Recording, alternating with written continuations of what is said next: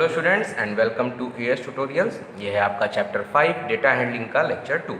कल हमने पढ़ा था डिफरेंट टाइप्स ऑफ ग्राफ्स, जिसमें हमने पिक्टोग्राफ, बार ग्राफ और डबल बार ग्राफ के बारे में जाना था और लास्ट में हमने डेटा हैंडलिंग के बारे में भी थोड़ा सा पढ़ा था। तो डेटा हैंडलिंग में लास्ट में हमने पढ़ा था हिस्टोग्राम क्या होता है। तो अगर आपको याद हो, देखो आज मेरे को स्केल मिल गया, ठीक है, आज अच्छे से बनाएंगे अपन, है ना। तो अब देखो, अगर आपको याद हो तो हिस्टोग्राम कैसा होता है।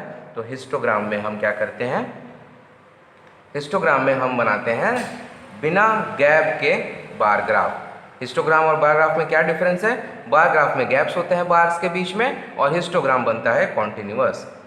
ये देखो 0 से 10, ये हो जाएगा आपका 10 से 20, ये मान लेते हैं हो गया 30, ये हो गया आपका 40, ठीक है, 50, ये हो गया आपका 50, ठीक है। दो चीज़ें आपको ध्यान रखनी है, पहला हिस्टोग्राम में गैप्स नहीं होते और दूसरा ये जो बॉक्स की लेंथ है, ये जो बार की लेंथ है, ये सब जगह सेम होनी चाहिए।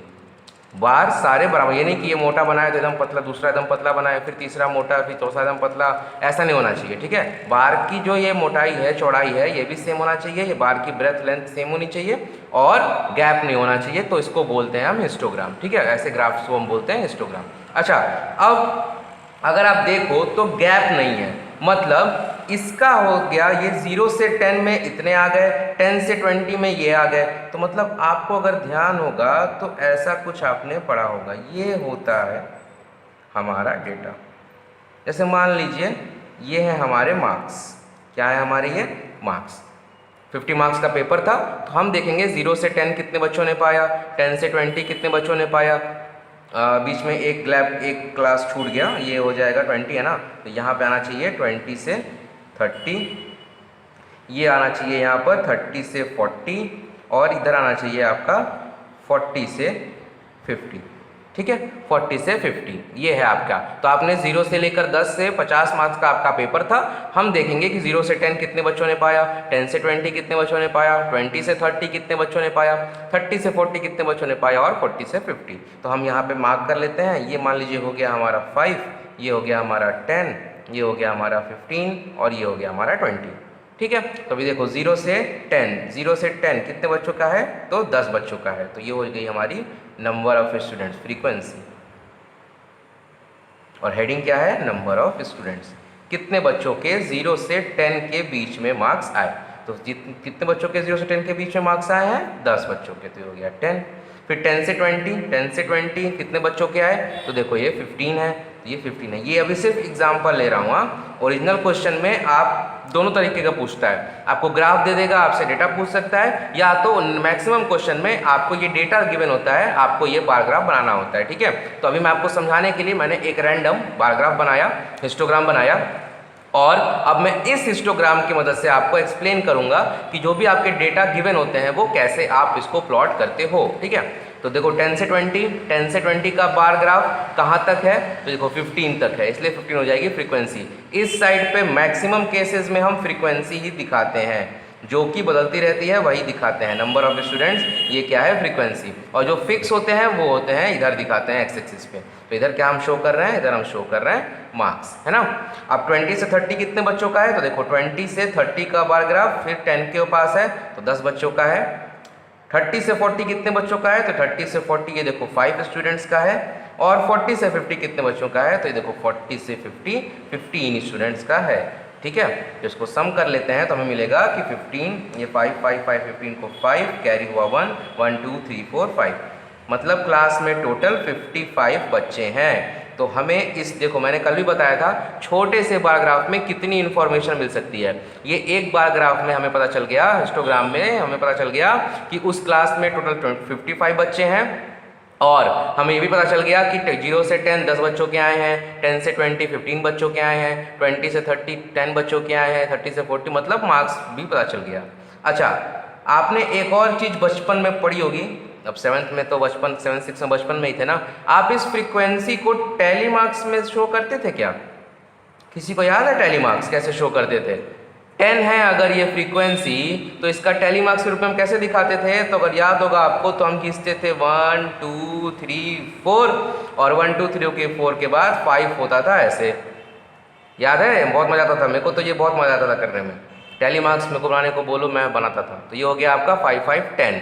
15 के लिए हम इस तरह के 3 बनाएंगे, 1 2 3 4 5, 1 2 3 4 5 और 1 2 3 4 5। 10 के लिए फिर से 2 बनेगा, 1 2 3 4 5, 1 2 3 4 5। 5 के लिए 1 2 3 4 5 और फिर 15 के लिए 1 2 3 4 5, 1 2 3 4 5, 1 2 3 4 5। ठीक है, तो ये हो गया हमारा टैली मार्क्स। तो आपको एग्जाम में एक छोटा सा क्वेश्चन इसका भी आ सकता है कि आपको क्लास इंटरवल गिवन हो। अच्छा, इसको बोलते हैं क्लास इंटरवल। भले इसमें इंटरवल हो नहीं, ये देखो ये 10 यहाँ खत्म हो रहा है, 10 यहाँ वापस आ गया, 20 यहाँ खत्म हो रहा है, 20 यहाँ वापस आ गया, 30 खत्म हो रहा है, 30 वापस आ गया, 40 खत्म हुआ, 40 वापस आ गया। इंटरवल है नहीं, इसमें गैप्स है नहीं, लेकिन नाम बोलते हैं क्लास इंटरवल। क्यों? क्योंकि ये 0 से 50 तक कॉन्टिन्यू आपको बताता है, मतलब आपको कहीं भी गैप नहीं दिखते, यहाँ पर कॉन्टिन्यूटी में दिखाता है ये, जहाँ पे ग्रुप को आप क्लास वाइज बांट सको। जब डाटा बहुत बड़ा होता है तो उस केस में हम इसका यूज़ करते हैं। जैसे मान लो 0 से 10 में 10 बच्चों के आए फ्रीक्वेंसी, अब 55 बच्चों के अगर मार्क्स मुझे दिखाने हैं तो अगर मैं ऐसे दिखाऊंगा 1 2 3 4 5, ये हो गए हमारे मार्क्स, है ना। तो अगर मैं ऐसे दिखाऊं कि 1 मार्क कितने बच्चों के आए, 2 मार्क कितने बच्चों के आए, 3 मार्क कितने बच्चों के आए, 4, तो ये 55 तक जाएगा, ये 50 तक जाएगा कॉलम, है ना, क्योंकि 50 मार्क्स का पेपर है तो 50 तक जाएगा कॉलम। तो जब ऐसा होता है 50 तक में, तो ये पेज भी जाएगा और दूसरा पेज भी जाएगा। जब इतने बड़े बड़े डेटा का आपको शो करने होते हैं ना, तो उस केस में हम क्लास इंटरवल का यूज़ करते हैं। किस केस में? उस केस में हम क्लास इंटरवल का यूज़ करते हैं। तो आपने ये चीज़ सीखा आज, क्लास इंटरवल क्या होता है, फिर हमने टैली मार्क्स सीखा और उसके बाद हमने देखा कि हिस्टोग्राम कैसे बनाते हैं। अच्छा, एक और चीज़, पता नहीं किसी बच्चे के मन में ये सवाल आया या नहीं आया, मेरे मन में तो ये सवाल हमेशा आता था जब मैं ये पढ़ता था कि सर ये 10 यहाँ भी है, 10 यहाँ भी है। तो मान लीजिए सर, अगर किसी बच्चे के एग्जैक्ट 10 मार्क्स आए हैं तो उसको हम इसमें काउंट करेंगे कि इसमें काउंट करेंगे? किसी के मन में सवाल आया क्या? ये किसी को आंसर पता है इसका? जिसको आंसर पता है जल्दी से कमेंट सेक्शन में लिख के दिखाओ मेरे को। पॉज करो वीडियो, कमेंट में जाओ, लिखो, देखो, बताओ आंसर, क्यों हम ऐसा करते हैं। ये 10 किसको बिलोंग करेगा? ऊपर वाले को बिलोंग करेगा, नीचे वाले को बिलोंग करेगा? ये किसी को आता हो तो इसका आंसर कमेंट बॉक्स में जरूर लिखें। अभी देखो हमारा एक क्लास इंटरवल है, ठीक है, मैं बताता हूँ अभी। 20 भी देखो, अगर किसी बच्चे के 20 मार्क्स आए तो वो 20 को हम यहाँ काउंट करेंगे कि यहाँ काउंट करेंगे? इस वाले क्लास इंटरवल में फ्रीक्वेंसी में लिखे कि इस वाले फ्रीक्वेंसी में लिखे? क्योंकि अगर दोनों जगह लिख दिया हमने, 20 को अगर मैं यहाँ भी लिखूँ यहाँ भी लिखूँ, तब तो क्लास में बहुत सारे बच्चे हो जाएंगे, और जब फिजिकली क्लास में देखोगे तो बहुत कम बच्चे आएंगे, है ना। तो इसीलिए हम इसको भी चेक करेंगे कि हम किस में लेंगे, 20 को ऊपर लेंगे कि नीचे लेंगे। तो मैं एक क्लास इंटरवल, मान लीजिए ये आपकी क्लास इंटरवल है, ठीक है, 0 से 10, है ना। तो इसको बोलते हैं लोअर लिमिट। क्या बोलते हैं? Lower limit. मतलब इससे कम नहीं हो सकता इस क्लास इंटरवल में, ये हो गई इसकी लोअर लिमिट, 0 से कम मार्क्स नहीं हो सकते। और ये हो जाती है अपर लिमिट। ये क्या हो जाती है? ये हो जाती है अपर लिमिट। मतलब इससे ज़्यादा भी इस क्लास इंटरवल में नहीं आएंगे। मतलब इस सेट ऑफ नंबर्स के बीच में सिर्फ 0 से 9 तक के नंबर्स आएंगे। अरे सर, आपने तो 10 लिखा है, आप 9 क्यों बोल रहे हो? तो बेटा ये है आपका आंसर को, क्योंकि जो ये अपर लिमिट होती है ना, ये अपर लिमिट, ये कभी भी अपने क्लास इंटरवल को बिलोंग नहीं करती है। यही अपर लिमिट जब नेक्स्ट क्लास इंटरवल में लोअर लिमिट बन जाएगी, तब ये अपने क्लास में बिलोंग करेगी।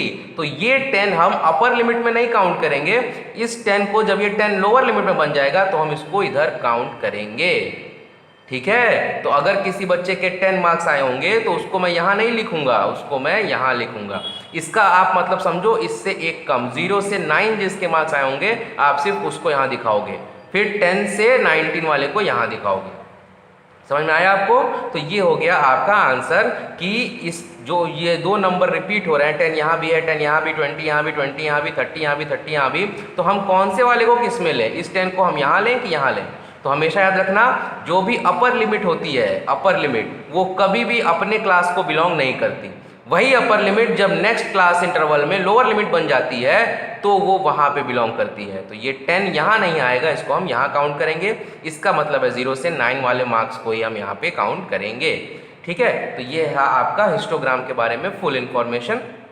एक और छोटी सी चीज़ रह गई है, तो आओ मैं वो भी आपको इन्फॉर्म बता देता हूँ।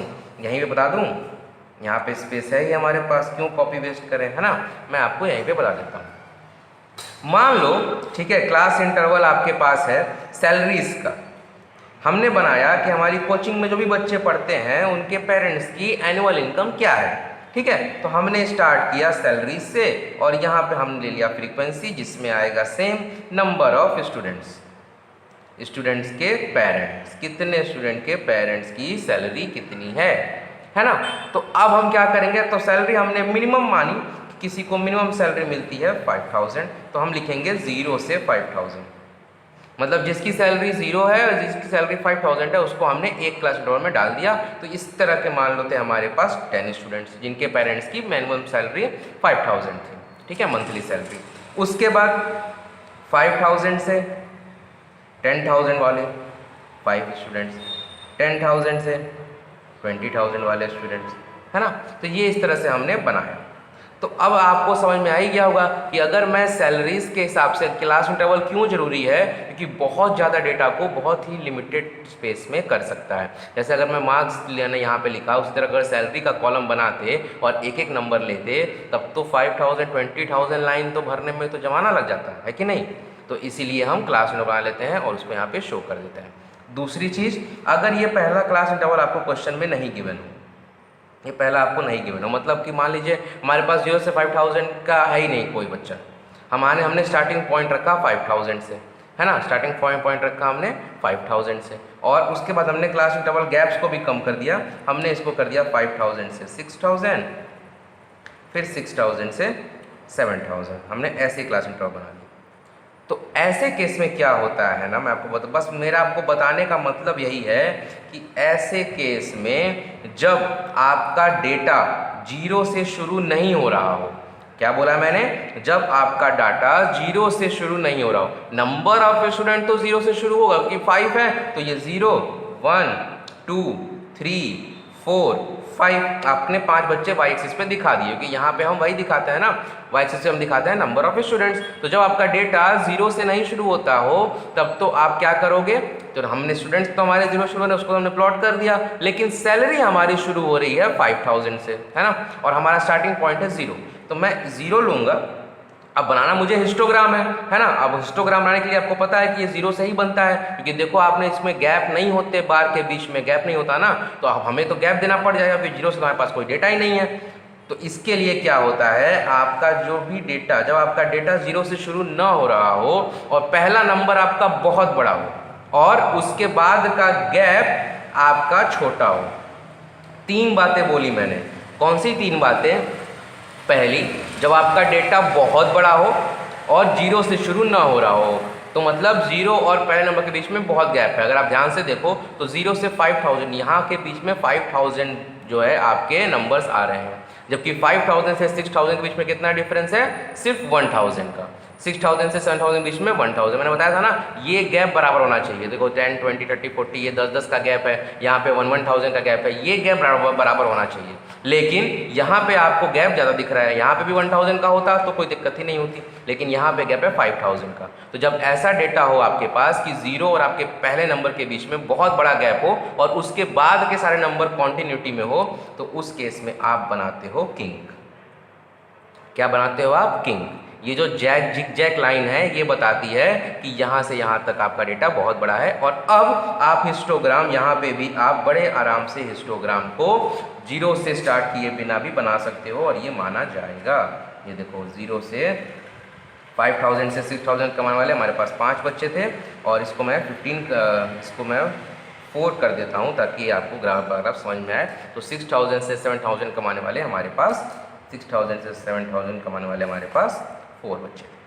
तो देखो ये भी हिस्टोग्राम है, आप इसको रॉन्ग नहीं बोल सकते। आप ये नहीं बोल सकते कि सर यहाँ पे तो बार है ही नहीं, तो यह तो रॉन्ग हो गया। आपने बताया था हिस्टोग्राम में कॉन्टिन्यूटी होती है, बार में गैप नहीं होता। लेकिन ये गैप क्यों नहीं है, क्योंकि यहाँ पे किंग है। अगर किंग है तो ये गैप नहीं होगा, आपका हिस्टोग्राम यहाँ से शुरू होगा, आगे गैप नहीं मिलेगा आपको कहीं पर, है ना। तो जैसे मान लो अगर मैं कहूँ कि 7000 से 8000 कमाने वाले हमारे पास 2 बच्चे, तो ये नेक्स्ट इंटरवल मेरा बन जाएगा 7000 था, यहाँ पे हो जाएगा 8000 और 2 बच्चों के लिए मैं यहाँ पे लगा दूंगा अपना ग्राफ। ये देखो ये हो गया हमारा हिस्टोग्राम। तो आपको मैंने आज क्या पूरा पेज का हम रिवीजन कर लेते हैं, जल्दी से क्विक रिवीजन कर लेते हैं। हमने किया डेटा हैंडलिंग में स्टार्ट करना था हमें हिस्टोग्राम। कल मैंने आपको हिस्टोग्राम का बेसिक बहुत थोड़ा सा बताया था, आज मैंने आपको हिस्टोग्राम का पूरा डिटेल दिया, कैसे हम क्लास इंटरवल बनाते हैं। क्लास इंटरवल क्या होता है, जब कॉन्टिन्यूटी में डेटा होता है। और हमने टैली मार्क्स भी सीखा, कैसे टैली मार्क्स करते हैं। फ्रीक्वेंसी को हमेशा याद रखना, फ्रीक्वेंसी को डिनोट करते हैं टैली मार्क्स पे, मार्क्स को मत डिनोट कर देना, मार्क्स डिनोट नहीं होते, हमेशा फ्रीक्वेंसी को ही हम शो करते हैं टेली मार्क्स के फॉर्म में। दो चीज़ें ये सीखी। तीसरी चीज़ सीखी कि हिस्टोग्राम में बहुत सारी इन्फॉर्मेशन, ये पूरे चार्ट, ये पूरा आपका जो ग्राफ, ये डिटेल्स हैं, इसकी इन्फॉर्मेशन एक छोटे से हिस्टोग्राम में आपको मिल जाएगी। तो हिस्टोग्राम और बाकी सब चीज़ें यही करते हैं। डेटा हैंडलिंग में हमारा काम ही यही है कि हम डेटा हैंडलिंग में ज़्यादा से ज़्यादा इन्फॉर्मेशन को लिमिटेड स्पेस में एक्सप्लेन कर पाएँ। फिर हमने लिखा कि एक क्लास इंटरवल में दो नाम होते हैं, जो इधर साइड वाला होता है उसको बोलते हैं लोअर लिमिट, मतलब इससे कम नहीं हो सकता, और ये होता है अपर लिमिट, मतलब इससे ज़्यादा नहीं हो सकता। और अगर एक ही नंबर दो लिमिट का नंबर में आए, एक जगह अपर लिमिट एक जगह लोअर लिमिट, तो वो नंबर अपने अपर लिमिट वाले स्पेस में काउंट नहीं होता। वो नंबर कहाँ काउंट होगा, जब वो अगले वाले केस में लोअर लिमिट में आ जाएगा। मतलब 10 यहाँ पे नहीं काउंट होगा, 10 यहाँ काउंट होगा, 10 से 20 के बीच में। फिर हमने देखा कि आप जिगजैग लाइन बना के भी डिफरेंस को शो कर सकते हो, ठीक है। तो ये हो गया आपका पूरा इंट्रोडक्शन। अब हम स्टार्ट कर रहे हैं आपका प्रैक्टिस सेट 5.1। तो अब हम आपका स्टार्ट कर रहे हैं एक्सरसाइज 5.1, ठीक है। और इस एक्सरसाइज में हम शुरू करेंगे आपका पहला क्वेश्चन, जो कि है for which of these would you use histogram to show data.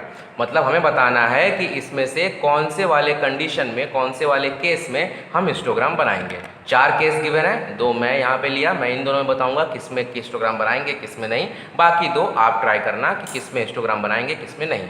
और हमें क्या करना है, हमें रीज़न भी देना है। क्वेश्चन में एक लाइन नीचे थी जो कि थी गिव रीजन्स, हमें रीज़न भी देने हैं।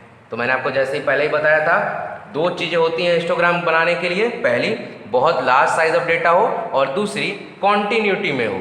कहाँ हो, कॉन्टिन्यूटी में हो, मतलब एक लगातार हो, ठीक है। तो आप मुझे ये बताओ कि एक पोस्टमैन के बैग में मैक्सिमम कितने लेटर्स हो सकते हैं, मैक्सिमम कितने लेटर्स हो सकते हैं जो उसको डिलीवर करने हो, 100, 50, और उसके बाद भी डिफरेंट एरियाज़ में। तो आपको अगर पता होगा या नहीं पता होगा, आप लोग का तो अभी ईमेल का टाइम है, पोस्टमैन्स क्या होते हैं, एक ही शहर में अलग अलग रूट पे कई पोस्टमैन होते हैं। मतलब अगर आप अपने उम्बर गांव का देखो तो मैं आपको बता दूं, ईस्ट साइड का पोस्टमैन दूसरा होगा, फिर वेस्ट का दूसरा होगा, उसमें भी टाउन का पोस्टमैन दूसरा होगा, ठीक है। तो इस तरह का मतलब कि एक एरिया में बहुत लिमिटेड ही एरिया एक पोस्टमैन कवर करता है। ऐसा नहीं है कि एक ही पोस्टमैन पूरा उम्बर गाँव कवर कर रहा होगा, नहीं, ठीक है।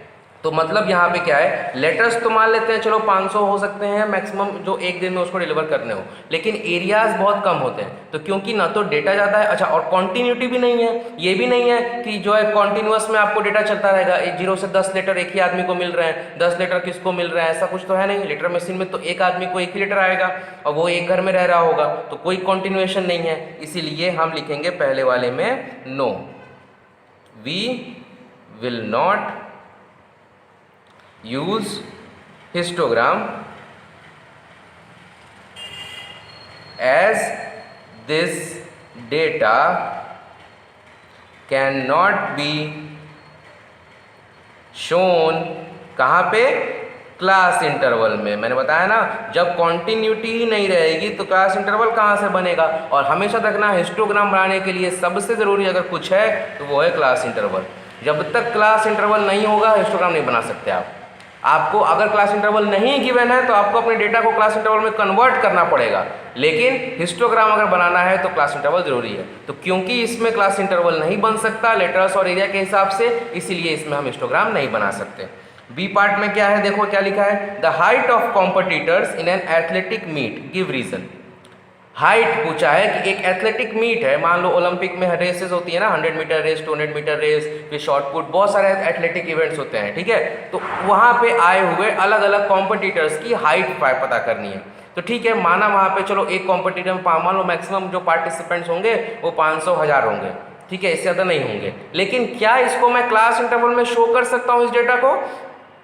बिल्कुल शो कर सकता हूँ, क्योंकि हाइट को हम मेजर करते हैं सेंटीमीटर में। और मैं बोल सकता हूँ कि भैया 0 से 50 सेंटीमीटर की हाइट वाले, 50 से 100 सेंटीमीटर की हाइट वाले, 100 से 150 सेंटीमीटर की हाइट वाले, फिर 150 से 200 सेंटीमीटर की हाइट वाले 200 से 250, मतलब मैं आराम से इसको डिफाइन कर सकता हूँ, क्लास इंटरवल में बांट सकता हूँ। तो जिस डेटा को हम क्लास इंटरवल में बांट सकते हैं वहाँ पे हम हिस्टोग्राम यूज़ करेंगे। तो हम लिखेंगे yes we will use histogram here. हम यहाँ पर हिस्टोग्राम ज़रूर बनाएंगे और क्या करेंगे, we will use histogram and उसके बाद हम क्या करेंगे, एंड नहीं sorry we will use histogram because this data can be classified, कहाँ क्लासीफाई कर सकते हैं हम, इन क्लास इंटरवल। हम क्लास इंटरवल्स में इसको क्लासीफाई कर सकते हैं, है ना। तो इसीलिए देखा आपने, पहले वाले में हम नहीं कर सकते, क्लास इंटरवल नहीं बन सकता लेटर्स का, लेकिन दूसरे वाले में हम कर सकते हैं क्योंकि कॉम्पिटिटर्स की हाइट हम मेजर कर सकते हैं क्लास इंटरवल में, ठीक है। तो ये है आपका क्वेश्चन नंबर 1। अभी आपको क्वेश्चन नंबर 2 दिखाई देगा और फिर हम क्वेश्चन नंबर 2 सॉल्व करेंगे, ठीक है। तो चलो देखो, आपको क्वेश्चन नंबर 2 यहाँ पे दिख रहा होगा, क्या लिखा है, आओ पढ़ते हैं मेरे साथ। लिखा है the shoppers who come to a departmental store are marked as, man के लिए M, वुमेन के लिए W, बॉय के लिए B और गर्ल के लिए G।